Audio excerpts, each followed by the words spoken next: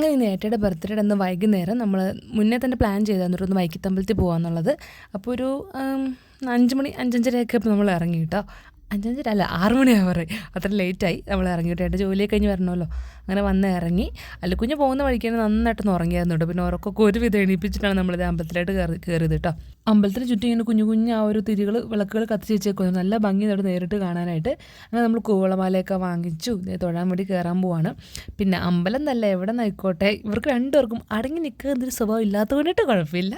വിളിച്ച് നമ്മൾ മടുക്കൂട്ടും. ഇങ്ങനെ ഓടിക്കൊണ്ടേയിരിക്കും. നമ്മളിങ്ങനെ ഇടയ്ക്കിടയ്ക്ക് ഇങ്ങോട്ട് വിളിച്ച് നമ്മുടെ അടുത്തോട്ടാക്കണം. അങ്ങനെ അമ്പലത്തിൽ കയറാൻ വേണ്ടി ഷർട്ടൊക്കെ ഊരുവാണ് അല്ലുക്കുഞ്ഞിൻ്റെ. അങ്ങനെ തൊഴുതിറങ്ങി. അത്യാവശ്യം നല്ല തിരക്കുണ്ടായിരുന്നു കേട്ടോ.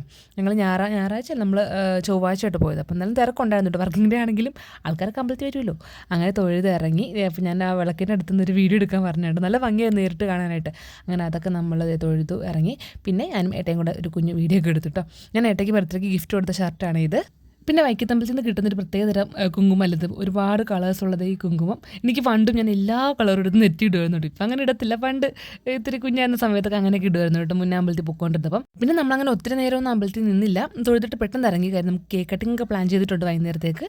പിന്നെ എല്ലായിടത്തും ഇന്നല്ല ഈ ഒരു മാസം തന്നെ കുറേ ഉത്സവങ്ങൾ മിക്ക അമ്പലങ്ങളിലും ഉണ്ട് കേട്ടോ. നമ്മൾ ഇറങ്ങുന്ന വഴിക്കാൻ ഇത് എനിക്ക് ഉദയനാപുരം അമ്പലത്തിലേക്ക് പോകുന്ന ഇപ്പം കുമ്പോടാൻ തോന്നുന്നു കേട്ടോ. ഒരുപാട് പേര് ഇങ്ങനെ അതേ കുമ്പോടം തുള്ളാൻ വേണ്ടി നിൽക്കും. പിന്നെ ഞാനിങ്ങനെ വീഡിയോ എടുത്തപ്പോൾ അവരിങ്ങനെ ശ്രദ്ധിച്ചു കണ്ടപ്പോൾ ഞാൻ പെട്ടെന്ന് വീഡിയോ മാറ്റി കിട്ടും.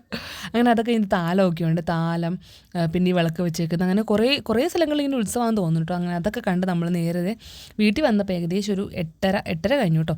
അങ്ങനെ അത് കേക്ക് വാങ്ങിച്ചുകൊണ്ടാണ് വന്നേ. അങ്ങനെ കേക്ക് കട്ടിങ് ചെയ്യുവാണേ. ഒരു കുഞ്ഞ് കേക്ക് വാങ്ങിച്ചോളൂ കേട്ടോ. നമ്മൾ അധികം പേരൊന്നും ഇല്ലല്ലോ. നമ്മൾ അനിയനൊന്നും ഇവിടെ ഇല്ല. അവൻ എറണാകുളത്ത് വന്നിട്ടില്ല, ലീവില്ലായിരുന്നു. അങ്ങനെ കേക്കൊക്കെ മുറിച്ചു.